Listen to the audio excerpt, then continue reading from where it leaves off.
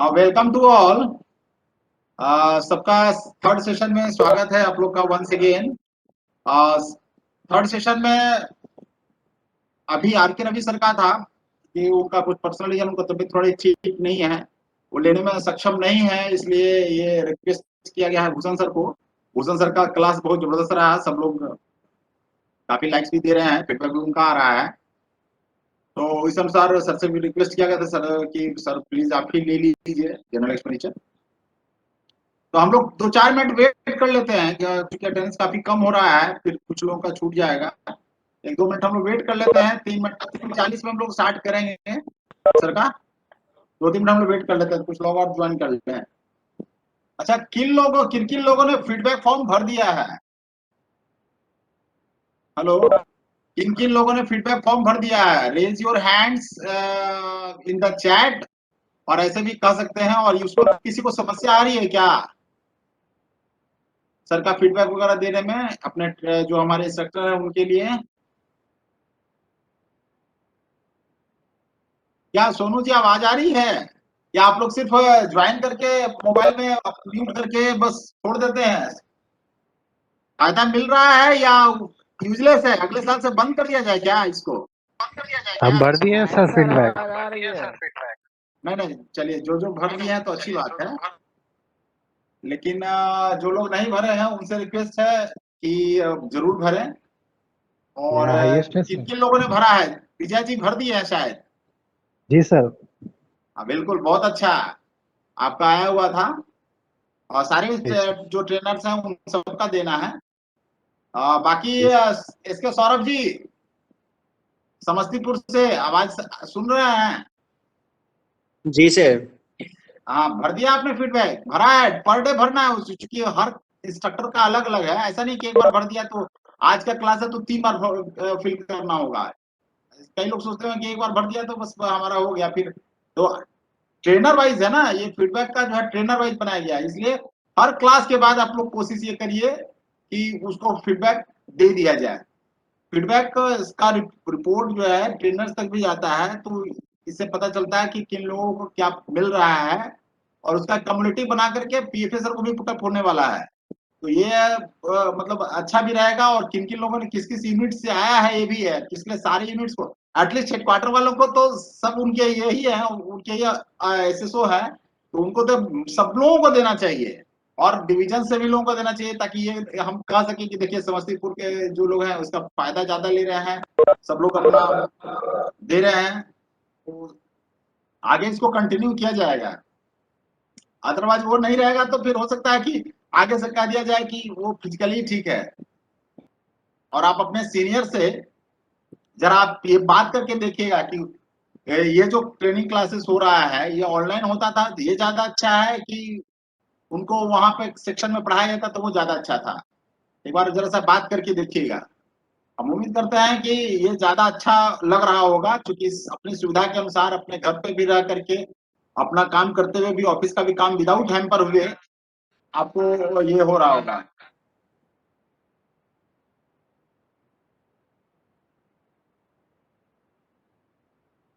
Sir हम लोग के भी अब ज्यादा समय नहीं लेते हैं, सब लोग आ गए हैं। 40 तक हमने कहा था कि 40 तक स्टार्ट कर दिया जाएगा।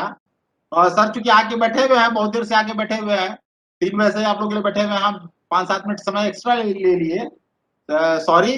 भूषण सर का फिर से हम लोग स्वागत करते हैं। भूषण सर वेलकम आपका।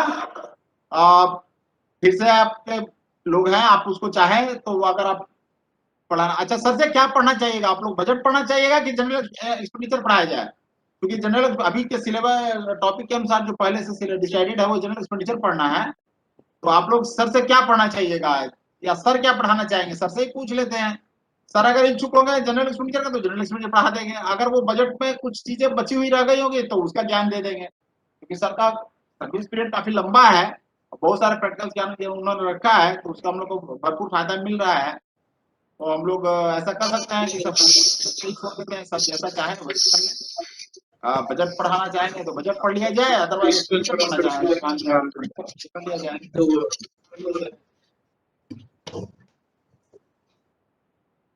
तीसरे सेशन में भी सर आपका स्वागत है सर। भूषण सर आपका स्वागत है।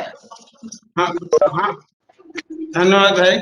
बिल्कुल सर, ये हम लोग पिछला वाला में एक प्राइमरी यूनिट की बात आप लोग बोल रहे थे कि प्राइमरी यूनिट का एक लिस्ट हम डालते हैं इसमें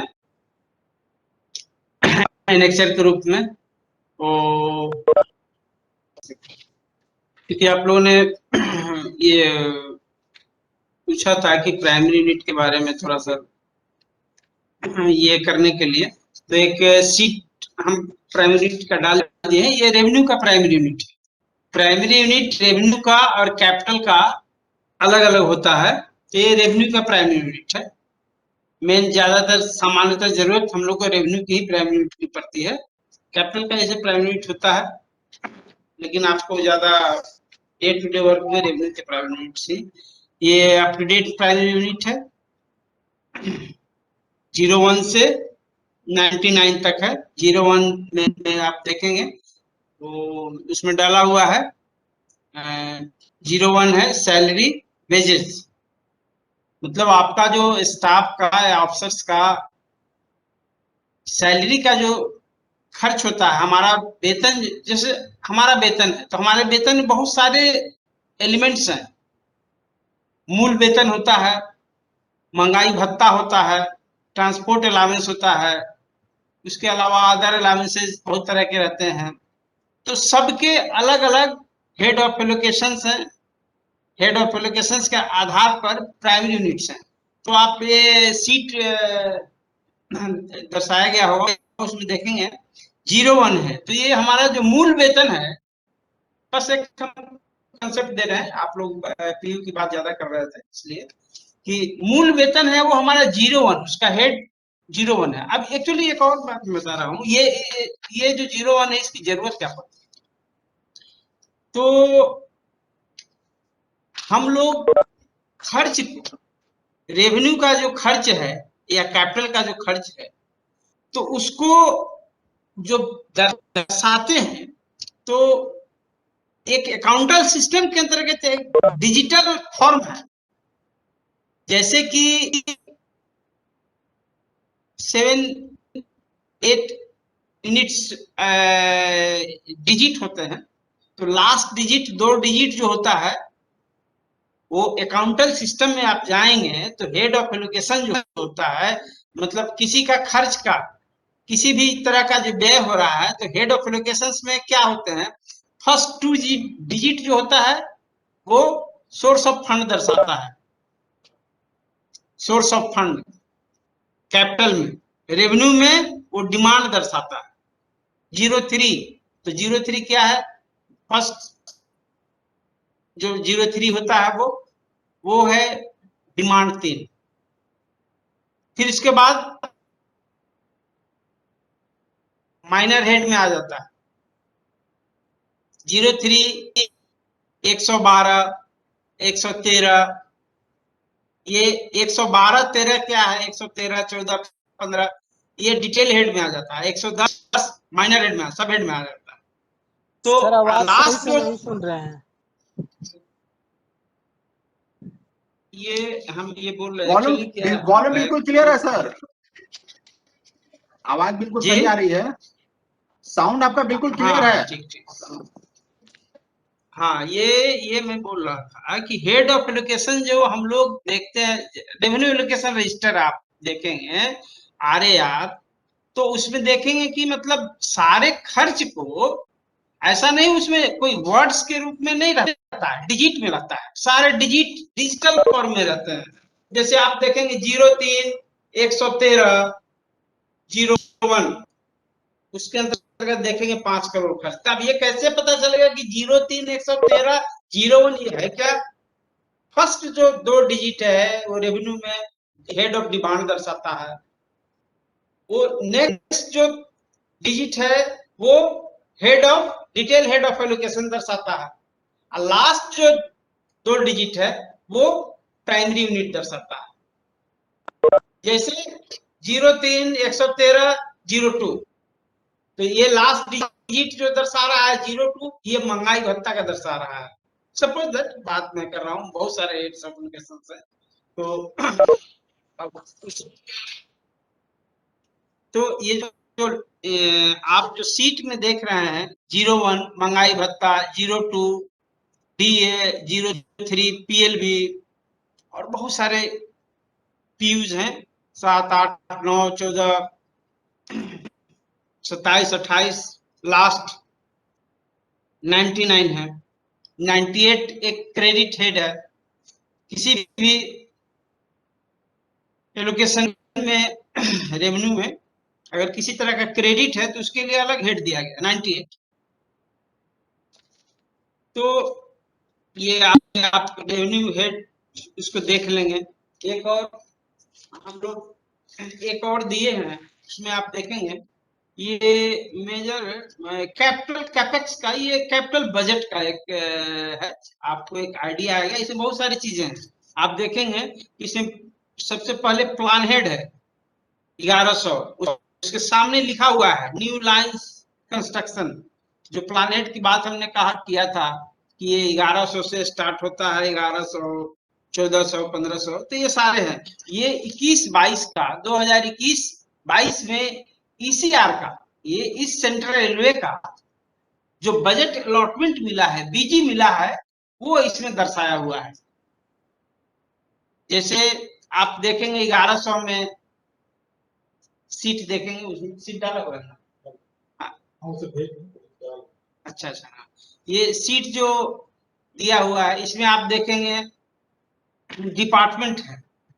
डिपार्टमेंट, तो ये जो डिपार्टमेंट है एक्चुअली डिपार्टमेंट नहीं, ये नोडल बजट अफसर है।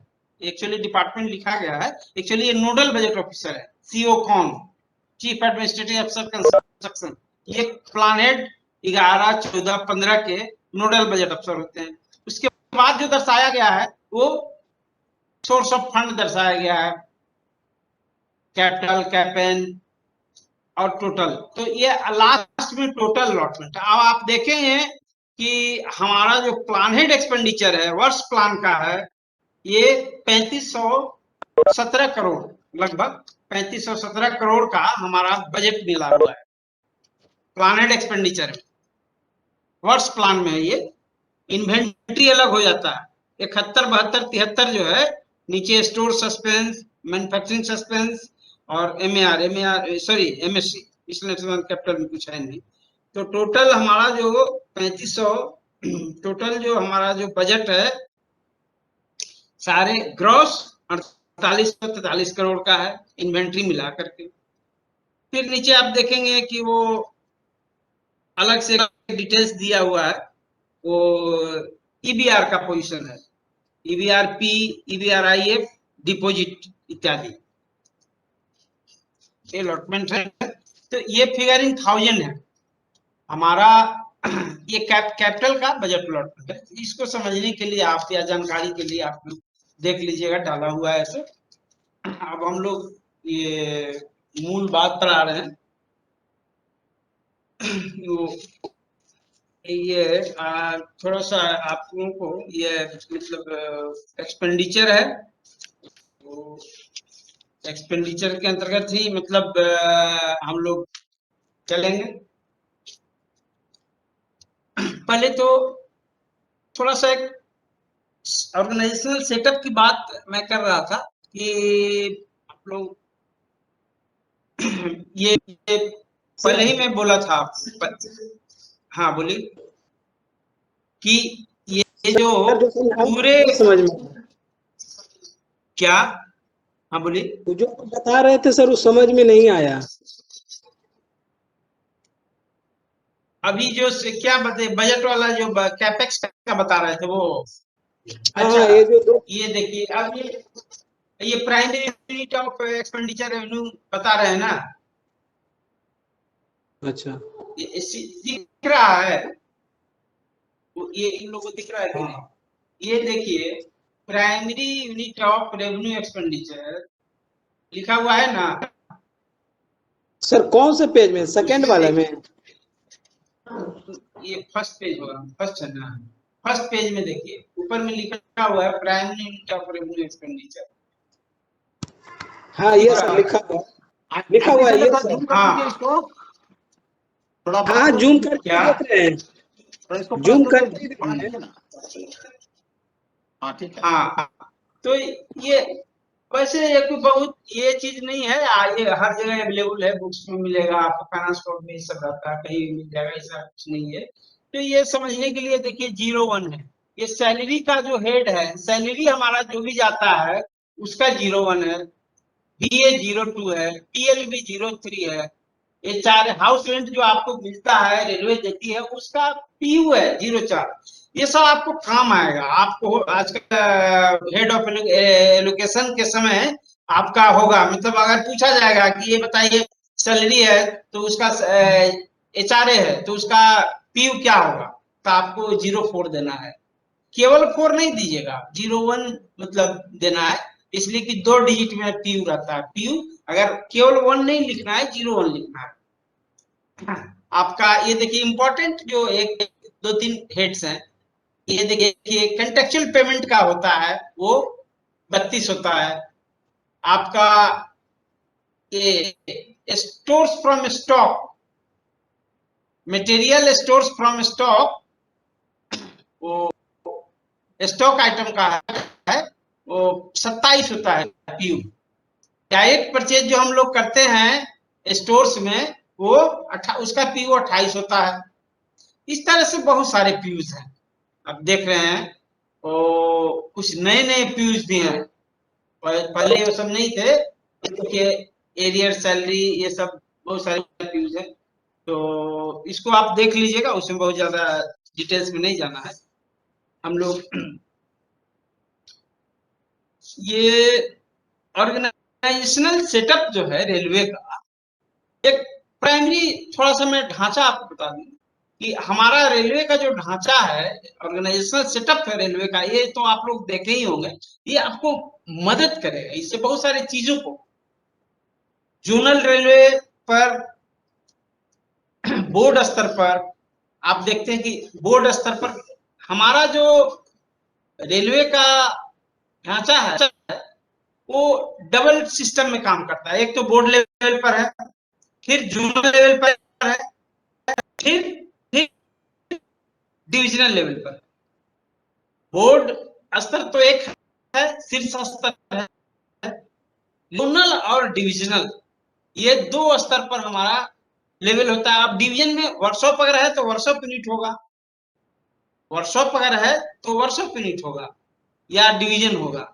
अब थोड़ा सा उसका आप देख लें जोनल का, हमारे जोनल में रेलवे बोर्ड स्तर पर तो आपको पता है ये सब कुछ है नहीं, थोड़ी प्राइमरी इंफॉर्मेशन मैं दे रहा हूँ आपको। बोर्ड स्तर पर जो हमारा रेलवे बोर्ड का जो ढांचा है, संस्था है, जिस संस्था आपका सिर्फ संस्था रेल मंत्रालय है, ये कैसे है तो आप देखेंगे बोर्ड स्तर पर हमारा जो शीर्ष संस्था है रेलवे बोर्ड, CEO के रूप में रेलवे बोर्ड अध्यक्ष होते हैं, उसके बाद उसी को आजकल CEO भी, चीफ एग्जीक्यूटिव ऑफिसर भी नाम दे दिया गया है। उसके साथ मेंबर्स हैं, मेंबर्स इंजीनियरिंग, ट्रैफिक, वो टाइम टू टाइम चेंज होता है, कहीं 5 रहते हैं, पैसा एक समय 7 मेंबर्स थे, आजकल 4-5 रहते हैं। तो उसी में एक फाइनेंशियल कमिश्नर भी एज ए मेंबर काम करते हैं। तो हमारा बॉस है वो CRB, chief chairman of railway board, he ex officio CEO। Railway board का chairman of railway board is the ex officio CEO of रेल मंत्रालय। उसके बाद नीचे मेंबर्स हो गए, 4-5 मेंबर्स हैं। ये मेंबर्स जो हैं सेक्रेटरी लेवल के अधिकारी होते हैं। ये जो जितने मेंबर्स हैं रेलवे बोर्ड के, वो ऑल आर सेक्रेटरी लेवल में, मतलब कहा जाए कि एपेक्स ग्रेड है, एपेक्स ग्रेड एक तरह से। हमारा जो चेयरमैन होते हैं रेलवे बोर्ड के, वो भी सेक्रेटरी लेवल के अधिकारी होते हैं, लेकिन उसी में प्रमुख सेक्रेटरी हो, उसी में रेल मंत्रालय में प्रमुख हो गए, प्रमुख सेक्रेटरी। हमारा देश का टॉप मोस्ट ब्यूरोक्रेट पता है ना आपको, तो टॉप मोस्ट हिंदुस्तान में हमारा टॉप मोस्ट ब्यूरोक्रेट कौन होता है? Is the cabinet secretary.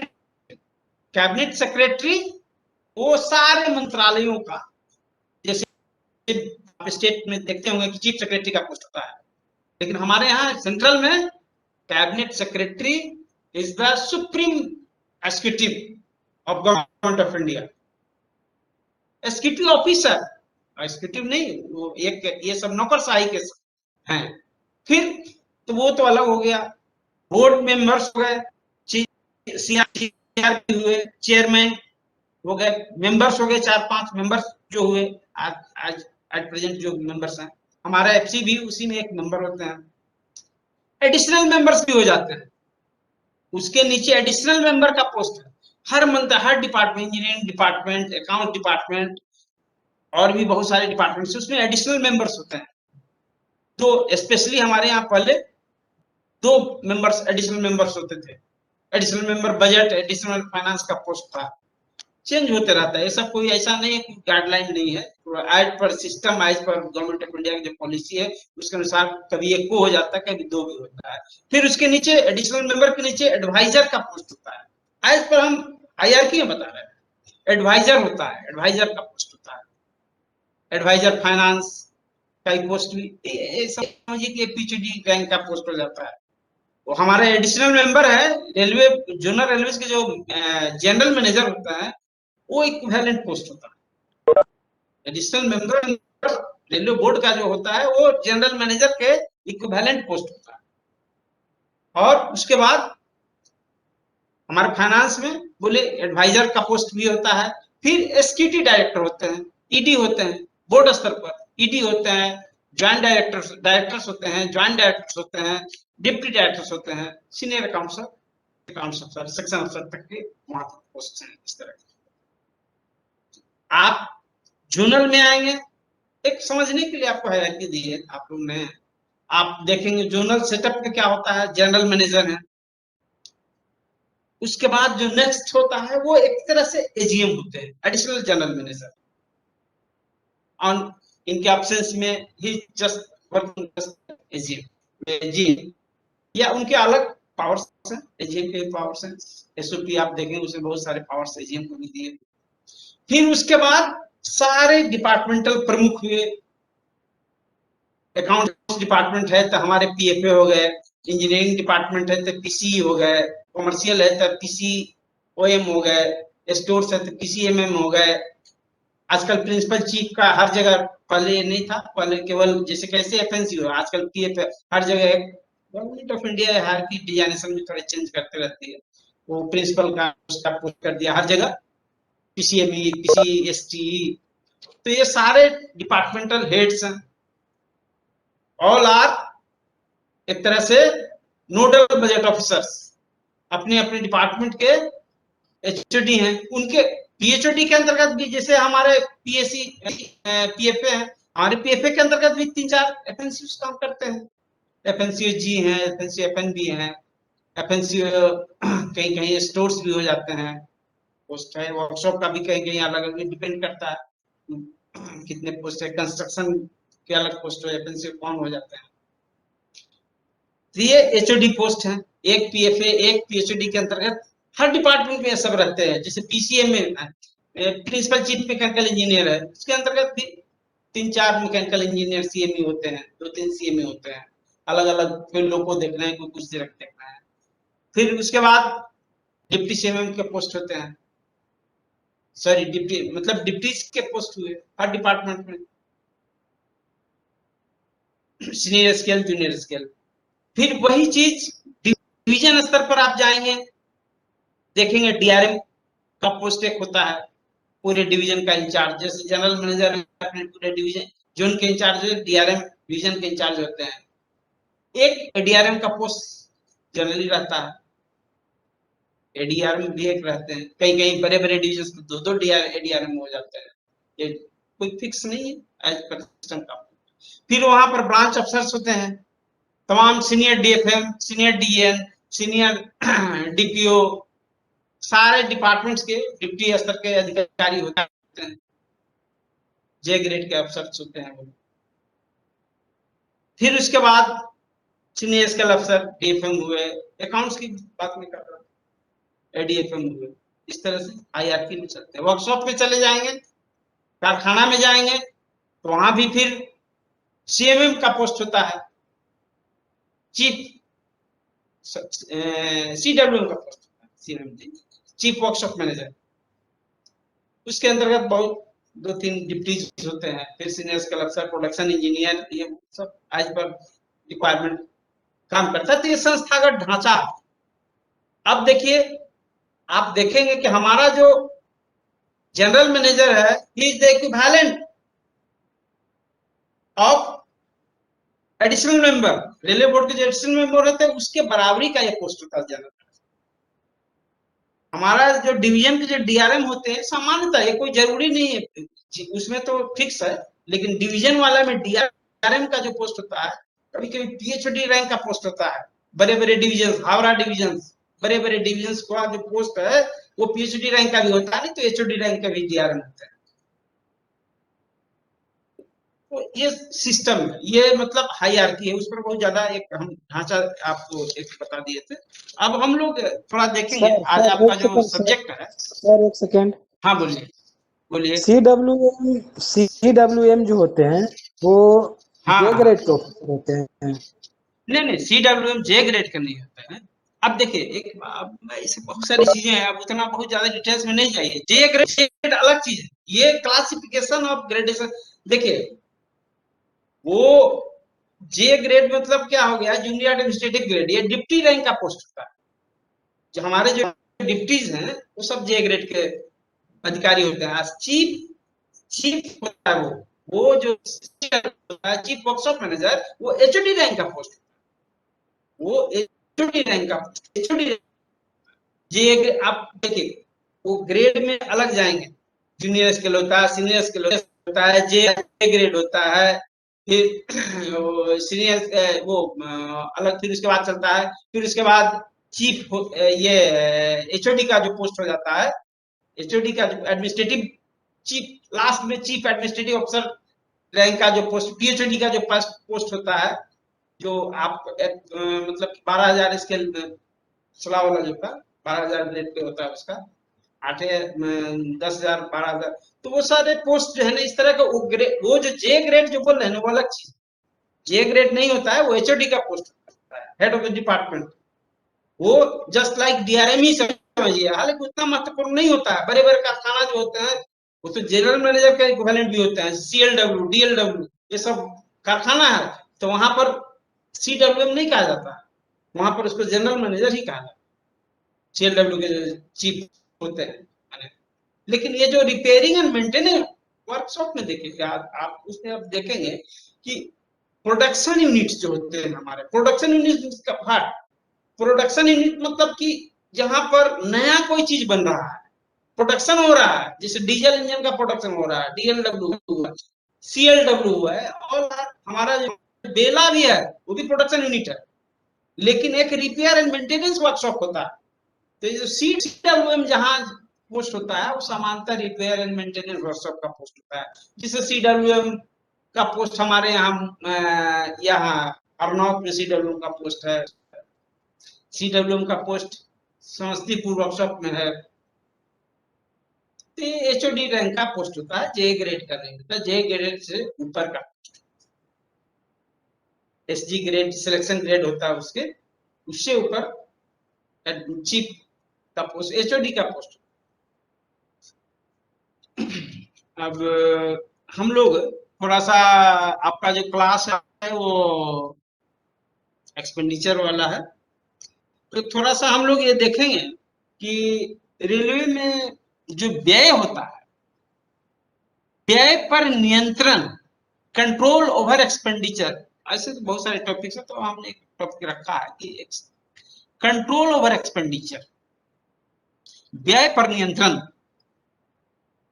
ये जो व्यय पर नियंत्रण होता है इस पर बड़ा जोर रहता है।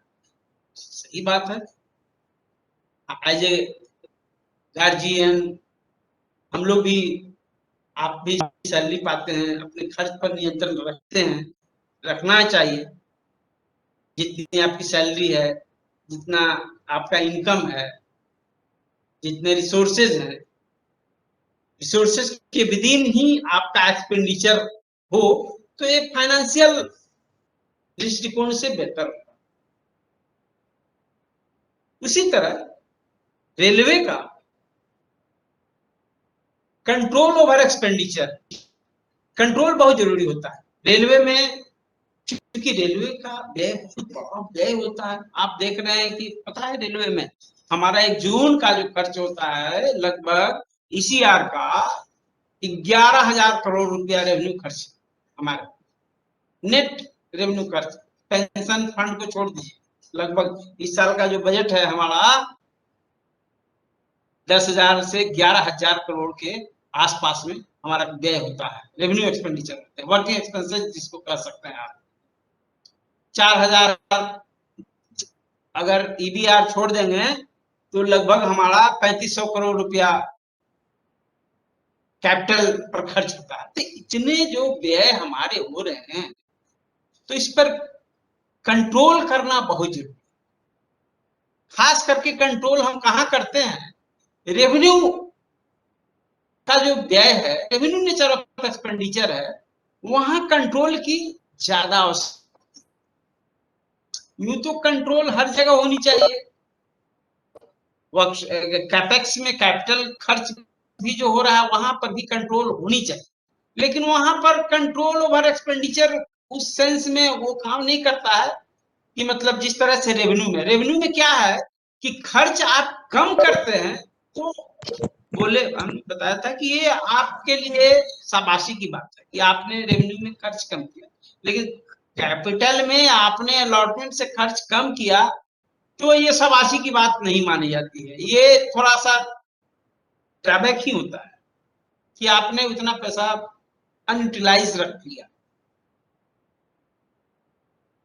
तो ये जो व्यय है, व्यय पर नियंत्रण बहुत है, क्योंकि रेलवे की जो व्यय है बोले कि एक ईसीआर का 11,000 करोड़ के आसपास हमारा, अदर देन पेंशन फंड छोड़ दीजिएगा, पेंशन फंड भी लगभग 3,500 करोड़ रुपया हमारा पेंशन फंड लगभग अलॉटमेंट है इस साल का। 3,000 से 3,500 बढ़ते जाता है, पर सिचुएशन फ्लक्चुएट करता है हर साल थोड़ा बहुत। तो 10 से 11,000 के करोड़ के बीच हमारा ईसीआर का खर्च है। इतना बड़ा रेल मंत्रालय है, बहुत सारे ऐसे 16 इतने डिवीजन जोनल रेलवेज हैं, इसके अलावा और प्रोडक्शन यूनिट है, कोर है, बहुत सारी संस्थाएं। तो सोचिए कितना बड़ा खर्च है रेल मंत्रालय का। अगर इस पर एक्सपेंडिचर पर कंट्रोल न किया जाए तो ये मतलब सही नहीं, कंट्रोल बहुत जरूरी है।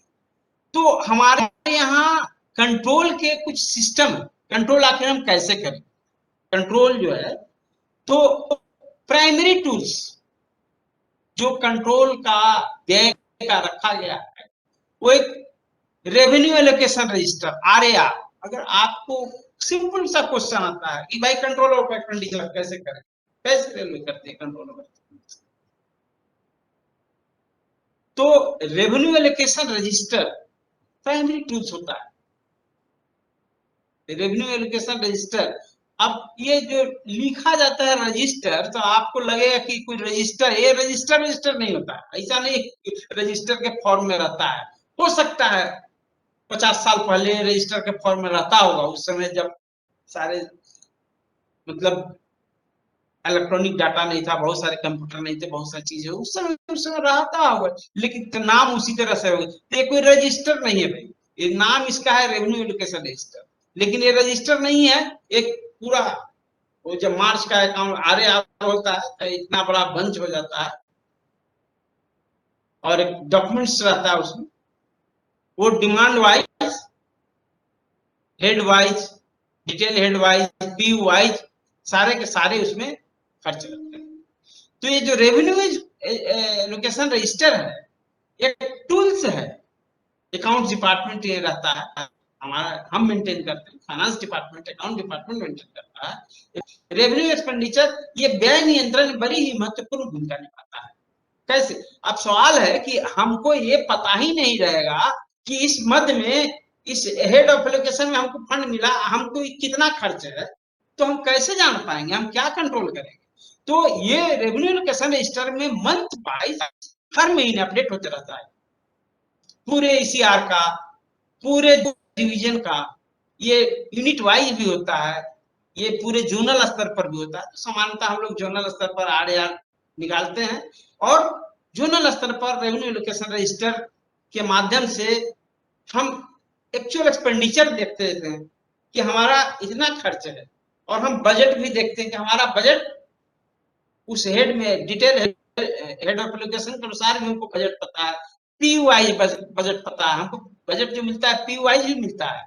पी वाइज हमारा हेड ऑफ एलोकेशन में आरएआर में खर्च भी हमको दर्शाया रहता है। तो हम हर महीने आरएआर हर महीने रिवाइज होते रहता है। महीना जैसे ही क्लोज हुआ आरएआर चेंज हो जाएगा, इसलिए कि नया जो महीने का जो इनकमिंग खर्च वो इसमें आ जाएगा तो बढ़ जाएगा। तो आरएआर एक प्राइमरी टूल्स है व्यय नियंत्रण का। उससे हम आरएआर से व्यय पर नियंत्रण करते हैं। हम अपने सिक्योरिटी को इंटीमेट करते हैं, आरएआर देखते हैं कि हमारा खर्च कितना हो रहा है, और उस खर्च को देखकर यथोचित निर्णय अकाउंट डिपार्टमेंट भी लेता है। इंटीमेट करते हैं हम कंट्रोलिंग अफसर को, जो कंसर्न एक्सपेंडिचर है कहीं ज्यादा हो रहा है तो उसको हम वार्न करते हैं, असिस्ट करते हैं, मदद करते हैं, उनको देते हैं, फिगर देते हैं कि भाई आपका इतना है, देखिए क्या हो रहा है, कैसे हो रहा है। आरएआर तो हो गया, रेवेन्यू का होता है। एक कैपिटल का भी एलोकेशन रजिस्टर होता है, सीआर इसको बोलते हैं। उसी तरह कैपिटल में भी एलोकेशन रजिस्टर होता है, वो कैपिटल का दर्शाता है। तो कैपिटल से संबंधित व्यय भी हम लोग उसको देखते हैं, वो भी वही फंक्शन करता है जो आरएआर का करता है। तो आरएआर के बाद हम लोग कर रहे थे। फिर एक वर्ष रजिस्टर भी होता है। आप देखेंगे कि अब ये वर्ष रजिस्टर क्या होता है, फिर कैपिटल जो आपको बताएंगे वो भी बताएंगे। वर्क रजिस्टर क्या होता है? वर्क रजिस्टर एक टूल है कैपिटल में। वर्क कंस्ट्रक्शन ऑर्गेनाइजेशन हमारा जो है, जहां इन्वेस्टमेंट होता है, इन्वेस्टमेंट संबंधी व्यय होता है, तो वहां पर वर्क रजिस्टर मेंटेन किया। वर्क रजिस्टर क्या है? एक रजिस्टर होता है हर काम का, जितने भी वर्क पिक बुक वर्क हैं सर, हर काम का उसमें एक पन्ना खोल दिया जाता है, उसका name of work, sanction cost, work का सैंक्शन कॉस्ट, हर ईयर कितना मिला, अपडेट खर्च अब तक कितना खर्च हुआ, वो भी हम लोग देखते रहते हैं उससे। तो ये जो आप देखे RAR, capital allocation register, work register, ये टूल्स हैं, इनके माध्यम से हम व्यय पर नियंत्रण करते हैं। फिर और क्या है? हम लोग कैनन्स ऑफ फाइनेंशियल प्रॉपर्टी, हम लोग जो व्यय का कोई भी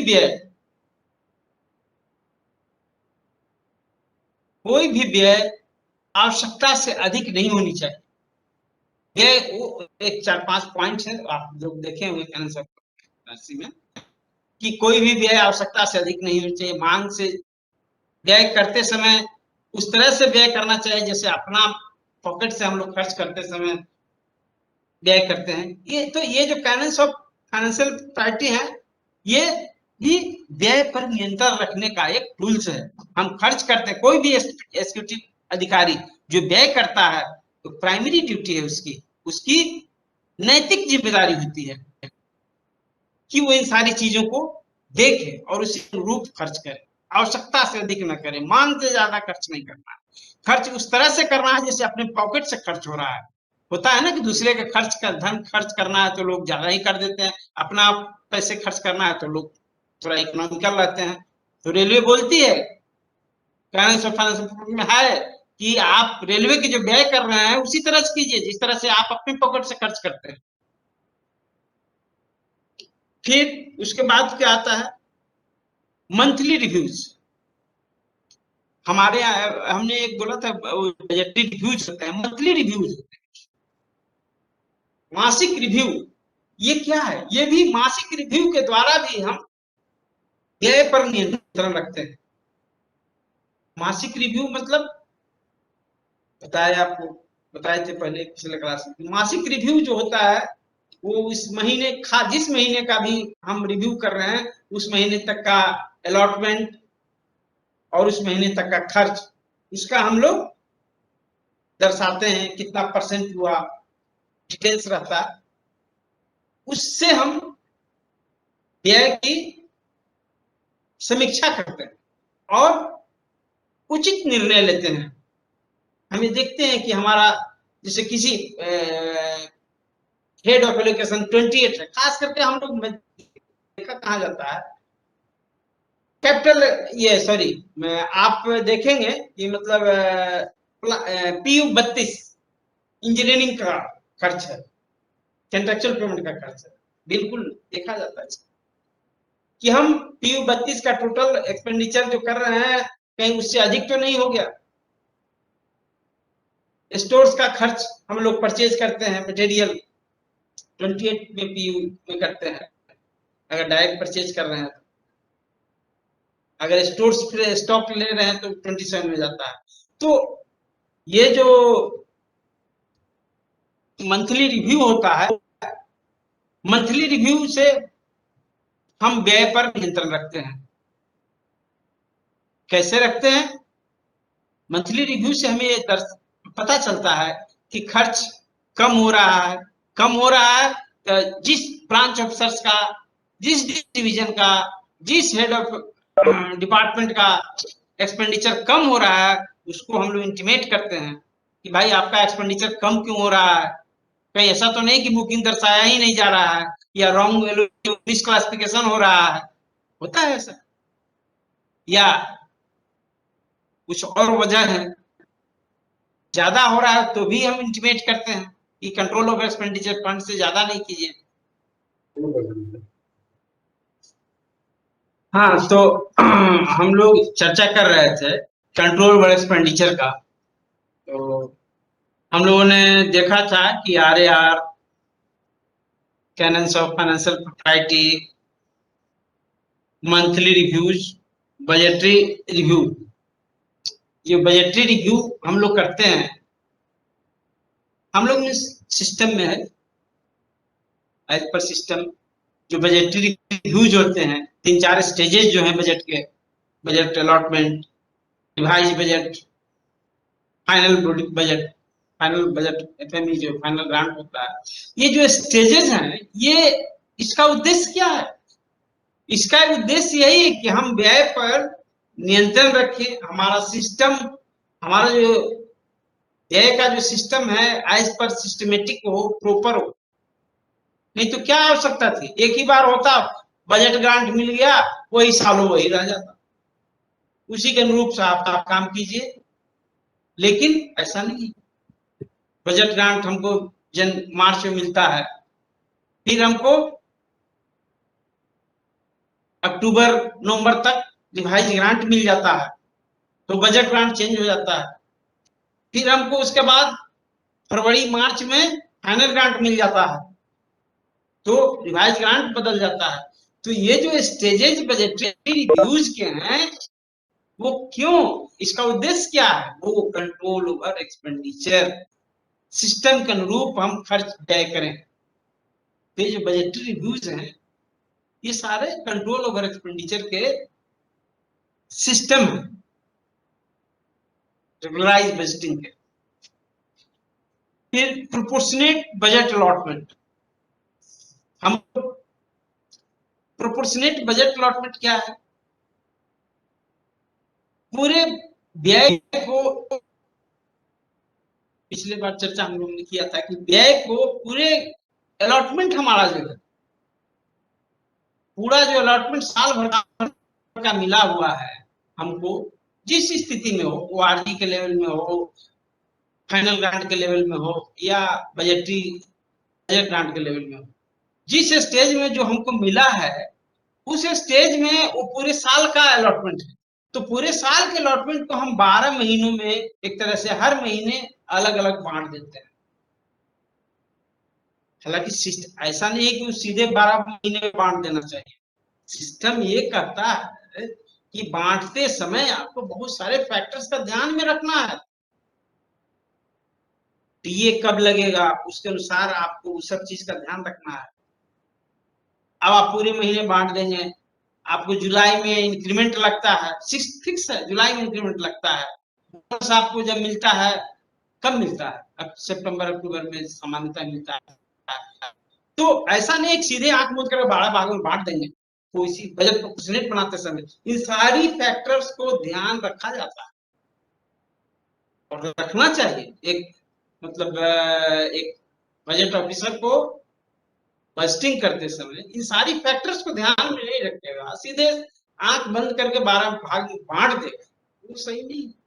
सारे फैक्टर्स को आपको ध्यान में रखना है, रेवेन्यू से संबंधित, कैपिटल से संबंधित, आपको डीए लगता है कब लगता है, इसके अलावा और भी कुछ एरियर्स वगैरह कुछ है, तो उन सारी बातों को ध्यान में रखना है। अकाउंट्स अफसर को बहुत ही आंख कान खोल करके चलना होता है, सिस्टम दूरदर्शी होना होगा, उसको आगे देखना होगा क्या हो रहा है। एक फाइनेंस मैनेजर की भूमिका में अकाउंट डिपार्टमेंट होता है, तो बजटिंग करते समय हमारा जो बजट सेक्शन है, जीएम बजट कार्यालय जो होता है, ये सारी चीजों को कंसिडर करता है। लोग बजट बनाते हैं, मैं SO expenditure sorry SO budget का कैपिटल में भी रहे हैं, रेवेन्यू में, तो बिल्कुल बहुत सारे फैक्टर्स को हम लोग ध्यान में रखते थे बजटिंग करते, मंथली प्रोपोर्शनेट बजटिंग बनाते समय डीए सर कब आवाज लगना नहीं है। आ रही है। आवाज नहीं आ रही है, आवाज आ रही है, हेलो, आवाज नहीं आ रही है, देखिए बिल्कुल आवाज क्लियर है सर, आवाज एकदम आवाज आ रही है, क्लियर है, आवाज आ रही है। बहुत अच्छी अच्छा तो एकदम 100%। नहीं वो तो अच्छा तो हो सकता है मैडम आपका इंडिविजुअल थोड़ा किसी को यार देख लीजिए, ठीक कोई बात नहीं, हाँ ठीक चलिए, उनको नहीं यार कोई बात नहीं, देख लीजिए क्या सिस्टम है भाई। हाँ तो ये हम लोग बोल रहे थे कि ये मंथली बजट प्रोपोर्शनेट बनाते हैं, बहुत सारे फैक्टर्स है इसके, वो सब बिल्कुल मंथली बजट प्रोपोर्शनेट बनाते समय ध्यान में रखना चाहिए बहुत सारे फैक्टर्स को। उन सारी फैक्टर्स को ध्यान में रखते हुए हम लोग बांट देते हैं फिर 12 महीने में, हर महीने का खर्च, और तब हम लोग एक्चुअल एक्सपेंडिचर से उसकी तुलना करते हैं और प्रॉपर डिसीजन लेते हैं, प्रॉपर एडवाइस लेते हैं। एडवाइस मींस व्हाट, जो हमारा इनकरिंग एक्सपेंडिचर, कंट्रोलिंग एक्सपेंडिचर अगर डिवीजन है, डिवीजन का खर्च है किसी डिवीजन का, तो उसको इंटीमेट करते हैं, भाई फलाने डिवीजन में खर्च बढ़ रहा है, हमारे यहाँ से जाता है बजट रिव्यूज में लेटर, हमारे पीएफए सर रिव्यूज करते हैं, हमारे डिप्टी एफएनबी रिव्यूज करते हैं, सेक्शन अफसर लेवल पर ही देखा जाता है। और ये प्रैक्टिकल मैटर है कि सेक्शन अफसर की पोस्ट होता है अकाउंट डिपार्टमेंट का, ये मतलब अगर किसी भी सेक्शन में कहीं भी अगर सेक्शन अफसर लेवल पर कोई चूक हुई तो पूरी संभावना रहती है कि वो चूक हो ही जाएगी। तो ये मतलब मैं एक जनरल बात बोल रहा हूं कि मतलब हमारे यहाँ जो बजट सब हर लेवल पर, तो इस सेक्शनल लेवल पर इसकी हम लोग बजट जीएम बजट में हम लोग काम किए सेक्शन में, बिल्कुल इन सारी चीजों को ध्यान में रखा जाता है, फैक्टर्स को ध्यान में रखा जाता है, किसी तरह की कोई चूक ना हो।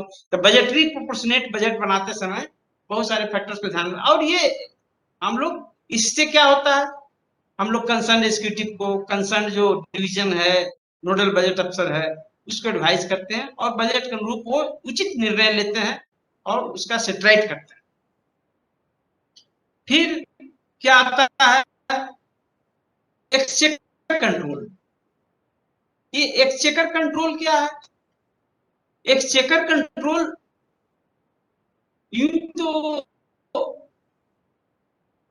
ये इसके बहुत सारे फायदे हैं एक्सचेकर कंट्रोल, लेकिन एक्सचेकर कंट्रोल भी बजट नियंत्रण, खर्च के नियंत्रण में महत्वपूर्ण भूमिका निभाती है। हमारा कोई भी व्यय जो होता है वो दो तरह का होता है, आप ध्यान देंगे, एक कैश होता है, एक एडजस्टमेंट होता है।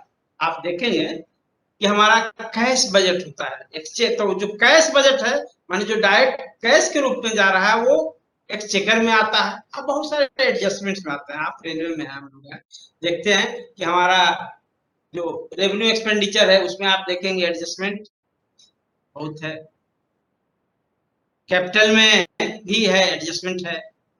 तो कैश बजट जो होता है हमारा, कैश जो एक्सचेकर जहां इन्वॉल्व होता है, तो एक्सचेकर कंट्रोल भी व्यय नियंत्रण में प्रभावी भूमिका निभाता है। अब एक्सचेकर कंट्रोल ये अलग है, एक्सचेकर कंट्रोल के बारे में आप देखेंगे। एक्सचेकर कंट्रोल क्या है, ये जो हम लोग एक्सचेकर कंट्रोल कहां से होता है, ये जीएम बजट का ही एक पार्ट है। जीएम बजट में एक्सचेकर मेंटेन किया जाता है पूरे रेलवे के लिए, पूरे रेलवे के लिए एक्सचेकर मेंटेन करता है। अब exchequer means cash out go, total कितना कैश निकल रहा है आपको जानकारी के लिए मैं दे दूं। हम लोग के यहाँ रेलवे में लगभग मतलब अप्रॉक्स 15,000 करोड़ के आसपास में, 15 अप्रॉक्स एक रफ आइडिया में बता रहा हूँ, एग्जैक्ट फिगर नहीं जाइएगा, लगभग 15,000 करोड़ के आसपास में हमारा एक्सचेकर लगभग इन्वॉल्व होता है टोटल। इसमें बहुत सारी चीजें हैं। अब एक्सचेकर में आप देखेंगे रेवेन्यू है, कैपिटल है, ईबीआर है, सिविल ग्रांट्स हैं, बहुत सारे मिसलेनियस रेट्स हैं, बेनिफिट फंड है, फला है, ढिकना, सब एक्सचेकर में इन्वॉल्व हो जाता है। एक्सचेकर में सब इन्वॉल्व होता है। तो ये जो एक्सचेकर कंट्रोल है, ये भी व्यय पर नियंत्रण का एक महत्वपूर्ण टूल्स है। एक्सचेकर कंट्रोल में हम क्या करते हैं, पूरे जो हमारा अलॉटमेंट कैश पोर्शन का होता है, वही कैश जो हमारा टोटल बजट हुआ, तो बजट में एडजस्टमेंट, हमारा जो टोटल बजट है, तो बजट में हम कैश पोर्शन ही एक्सचेकर इन्वॉल्व होगा। एडजस्टमेंट वाला तो एडजस्टमेंट में जाएगा, तो एडजस्टमेंट का भी अपना ये, वो भी कहीं ना कहीं दूसरे रूप में कैश में ही रहता है। ऐसा नहीं कि एडजस्टमेंट कुछ अलग होता है, कहीं ना कहीं वो कैश में इन्वॉल्व हो रहा है। खैर एनी हाउ, तो हमारा जो एक कैश पोर्शन है अलॉटमेंट का, उस लगभग वही हमारा एक्सचेकर होना चाहिए। तो बोर्ड क्या करती है उसमें, बोर्ड हमें एक्सचेकर कंट्रोल के लिए क्या करती है, हर महीने हमारा जीएम बजट है, हर महीने रेलवे बोर्ड से एक्सचेकर मांगती है कि साहब हमको इतने कैश आउट गो चाहिए, हमको इतने, हमारा कैश इस महीने इतने जनरेट होगा। सामान्यतः सामान्यतः हर महीने, ये कोई जरूरी नहीं कि किस महीने खर्च होगा, मार्च उस महीने में कभी ज्यादा हो जाता है, कभी कम हो जाता है, कुछ और महीने में बहुत सारे फैक्टर्स हैं। लेकिन 2000 इस रेलवे का लगभग, हम लोग, चूंकि मैं एक्सचेकर सालों एक्सचेकर में डील किया हूँ पीसीआर का, अभी लगभग 2000 करोड़ के आसपास में हमारा एक्सचेकर मंथली लगता है। कोई जरूरी नहीं है 2200 करोड़ भी हो जाता है, कभी 1400 करोड़ होता है, डिपेंड करता है सिचुएशन क्या है। कोविड का सिचुएशन आ गया, कुछ और सिचुएशन आया, तो कभी ज्यादा कभी कम रहता है। 1800 करोड़, ये 1800 करोड़ भी हो जाता है, 2000 करोड़ भी हो जाता है, 1400 करोड़ भी होता है, ये डिपेंड करता है टोटल कैसा हो। तो ये जो एक्सचेकर कंट्रोल है, एक्सचेकर कंट्रोल में बोर्ड हमें हर महीने फिक्स कर दिया कि आपको इतने लिमिटेशन का खर्च व्यय करना है। सपोज दैट ईसीआर को 2000 करोड़ इस मई महीने में 2000 करोड़ अलॉटमेंट मिला, तो 2000 करोड़ ही खर्च करना है। अगर आपके पास बिल्स आ भी गए हैं तो आप एक्सचेकर को क्रॉस नहीं कर सकते। आजकल तो एम्स पोर्टल में सिस्टम आ गया है कि ये सारी चीजें एक्सचेकर प्रभावी रूप से काम कर रही है, बिल पास ही नहीं होगा अगर एक्सचेकर नहीं है, बंद हो जाए, रुक जाएगा, सिस्टम में डाला हुआ। तो ये इससे क्या होता है कि हमारा व्यय जो है वो उससे कंट्रोल होता है, एक्सचेकर कंट्रोल से हमारा व्यय भी नियंत्रण। अब एस्टिमेट से हमारा व्यय नियंत्रण के टूल्स जो हैं, आप देखेंगे कि अगर एक्सपेंडिचर कैपेक्स में जाएंगे, कैपिटल एक्सपेंडिचर में जाएंगे, तो जो भी काम हो रहा है, काम का एक एस्टिमेट बनता है। ऐसे थोड़ी ना होता है कि कोई काम हो रहा है तो हो रहा है, काम का एक एस्टिमेट बनता है। हाँ साहब, फलाना फलाना गंगा पुल पटना ये दीघा सोनपुर जो ब्रिज बना है पालेजा ब्रिज, एक वर्क लिया गया। अब इसका एक एस्टिमेट होगा, सैंक्शन कॉस्ट होता है, इसमें एस्टिमेट बनता है। एस्टिमेट में उसका संभावित व्यय, होने वाला व्यय का एक एस्टिमेशन किया जाता है और वो कंप्यूटेंट अथॉरिटी उसको सैंक्शन करता है। उसको हम लोग सैंक्शन कॉस्ट कहते हैं, एस्टिमेट भी कहते हैं कि एस्टिमेट कितना है उसका। अब वो एस्टिमेट जब तक वो काम है, एस्टिमेट सैंक्शन हुआ है, तो हमारा जितना व्यय हो रहा है उसी के अंदर होना चाहिए। किसी जैसे मुंगेर गंगा ब्रिज, ये सॉरी मुंगेर गंगा ब्रिज भी मान ली, मुंगेर गंगा ब्रिज भी है 3000, सपोज दैट 3000 करोड़ उसका सैंक्शन कॉस्ट है। तो टोटल कॉस्ट हम लोग सैंक्शन वर्क रजिस्टर में एक बार देख लिए, सैंक्शन कॉस्ट लिख दिया गया, हेड ऑफ एलोकेशन से लेकर के उसमें सोर्स ऑफ फंड सब कुछ लिखा रहता है। तो ये जो सैंक्शन कॉस्ट है 3000 करोड़, ये हमारा एक टूल्स हो गया कि अब 3000 करोड़ के अंदर ही हमारा जितने व्यय हो रहे हैं सब जुटते जुटते जुटते जुटते जुटते जुटते सपोज दैट 3000 करोड़ रुपया पूरा हो गया, तब 3000 करोड़ से एक पैसा भी ज्यादा हम लोग अगर बिल आएगा तो हम खर्च रोक देंगे, नहीं करेंगे। क्यों कि सैंक्शन कॉस्ट से ज्यादा खर्च नहीं किया जा सकता है। अगर जरूरी है तो फिर सैंक्शन कॉस्ट को रिवाइज करना होगा, अपग्रेड रिवाइज करना होगा, बढ़ाइए सैंक्शन कॉस्ट। जो कंप्यूटेंट अथॉरिटी है वो सैंक्शन करेंगे, तब व्यय होगा। तो जो सैंक्शन कॉस्ट है, ये जो एस्टिमेट बना, एस्टिमेट में बहुत सारे डिटेल्स भी रहते हैं, तो हम टोटल की बात करते हैं, बहुत सारे डिटेल्स एस्टिमेट बनते हैं। Source of fund wise, source of fund जैसे सैंक्शन कॉस्ट में तो एज ए होल रहता है, उसमें बहुत सारे सोर्स रहते हैं, डीएफ रहता है, डीएफ कैपिटल भी हो सकता है, कुछ भी हो सकता है। तो सारे अलग अलग एस्टिमेट्स जो होते हैं, डिटेल्स एस्टिमेट बनते हैं और व्यय पर नियंत्रण का एक प्रमुख tools estimate, sanction cost of the work, detail estimate जो हुआ वो भी जो है सो होता है, उससे भी हम व्यय पर नियंत्रण रखते हैं। फिर ये जो हम लोग एक रीएप्रोप्रिएशन की बात आती है, रीएप्रोप्रिएशन आपने देखा होगा, रीएप्रोप्रिएशन आता है नोट, पहले हम लोग उस दिन भी चर्चा किए थे टॉपिक रीएप्रोप्रिएशन पर।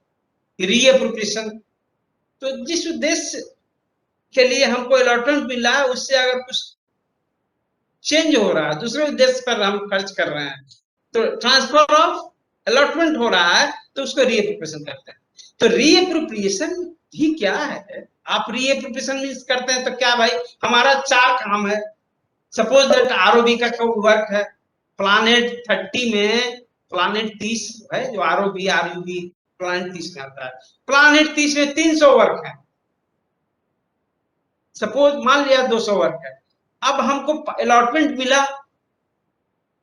मिला, लेकिन मालूम पड़ा कि हमको भागलपुर सॉरी मुगलसराय में आरओबी हमारा है, उसमें हमको अलॉटमेंट मिल गया है, लेकिन जैसे ही हमको पता चलता है कि मुगलसराय का आरओबी का कुछ लिटिगेशन मैटर है, कुछ उसमें प्रॉब्लम्स है, कॉन्ट्रेक्चुअल पेमेंट है, किसी तरह का विवाद है, कोई तरह का भौगोलिक जियोग्राफिकल बार, ये वो बहुत सारी बातें आती हैं, तो वहां पर वो प्रॉब्लम है, हम व्यय नहीं कर पा रहे हैं, खर्च को हम वहां नहीं कर पाएंगे, तो हम क्या करते हैं, हम तुरंत जहां खर्च होने की जो जिस आरओबी में खर्च होने की संभावना है वहां उस पैसे को हम ट्रांसफर करते हैं, अलॉटमेंट को ट्रांसफर कर देते हैं और वहां पर वो खर्च हो जाता है।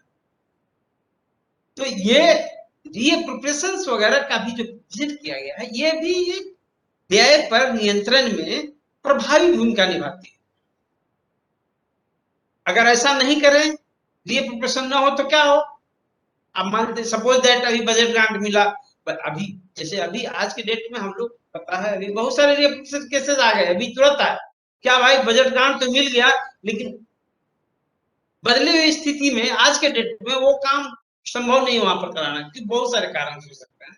वो हमारे जो एग्जीक्यूटिव अफसर्स होते हैं, हमारे जो नोडल बजट अफसर होते हैं, एचओडी है उनको पता है। तो उस पैसे को, उस अलॉटमेंट को हम same planet same source of fund में जनरल मैनेजर को पावर है रीएप्रोप्रिएशन करने का, हम दूसरे वर्क में डाल देंगे।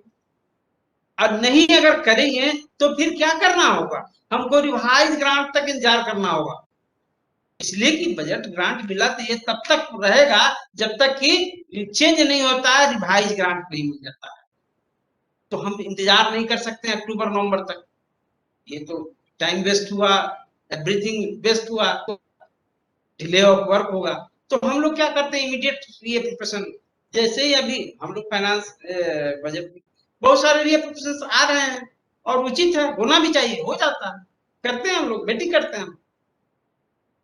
तो ये जो रीएप्रोप्रिएशन होते हैं ये सब भी व्यय नियंत्रण में महत्वपूर्ण भूमिका निभाते हैं एक तरह से। अब ये जो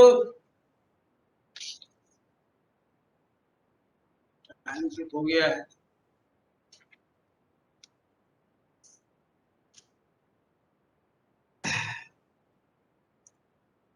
हम लोग इस पर बहुत सारी चर्चा की। ऐसा है कि बहुत सारे स्कोप्स, बहुत सारे चीज ऐसे हैं जो कि छूटे रह जाते हैं, बहुत सारे, मतलब हम सोचे थे कि कुछ और उस पर ये करेंगे लेकिन ये नहीं हो पाया, अभाव है। तो और अब आप ही लोगों से पूछेंगे, कुछ पूछना है तो आप लोग बोलिए, कहिए, कोई डाउट, कोई क्वेश्चन है तो पूछना है तो बोलिए।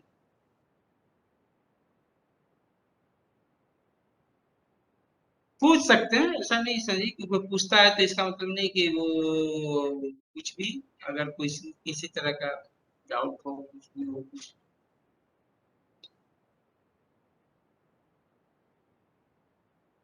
हेलो, आवाज जा रही है आप लोगों को? आवाज ही कम नहीं आ रहा है सर। आवाज कम आ रहा है। हाँ, ये आप लोगों से पूछ नहीं, रहे हैं बिल्कुल कि कुछ आवाज एकदम पूछना क्लियर है। है, क्लियर आवाज है। आप लोगों को थोड़ा सा कुछ अगर पूछ सकते हैं, जनरल कुछ भी आप पूछ सकते हैं, तो मतलब आप लोग पूछिए, क्योंकि जरूरी है, एक तरफा होता है ना, हम लोग बोल रहे हैं, आप लोग, सब कॉमन इश्यू है कि हम बोल रहे हैं, आपको समझ में आ रहा है, नहीं आ रहा है, जो भी हो, अब एक सिस्टम में है, तो धीरे धीरे होगा, कोई बात नहीं, और घबराना नहीं है, सब धीरे धीरे पढ़ते रहिए, सब समझ में आ जाएगा, धीरे धीरे आता है, ऐसा कुछ नहीं है। धीरे धीरे आप लोग एक्सपर्ट हो जाएंगे, एक समय आएगा कि आप लोग एक्सपर्ट हो जाएंगे, ऐसा कुछ नहीं।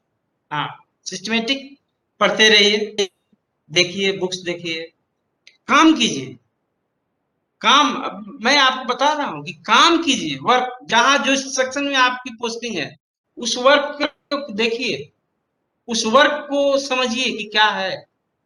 आपको बहुत सारी, अगर कोई बुक्स में है, कोई बजट में है, कोई पीएफ में है, कहीं किसी सेक्शन में, जो जहाँ है, ट्रैफिक में है, वहीं आप काम कीजिए, जानने का प्रयास कीजिए, और अपने आप जानते, मतलब बहुत चीजें उस सेक्शन से रिलेटेड जो मैटर है, जब जानेंगे समझेंगे तो मतलब एक जानने का, रेलवे को समझने का, जानने का प्रयास ऑलवेज करते हैं।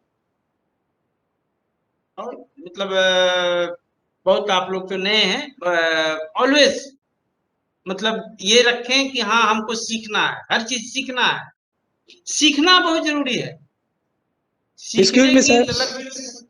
जी, सर बोलिए। मेरे पास एक क्वेश्चन है सर। हाँ, बोलिए।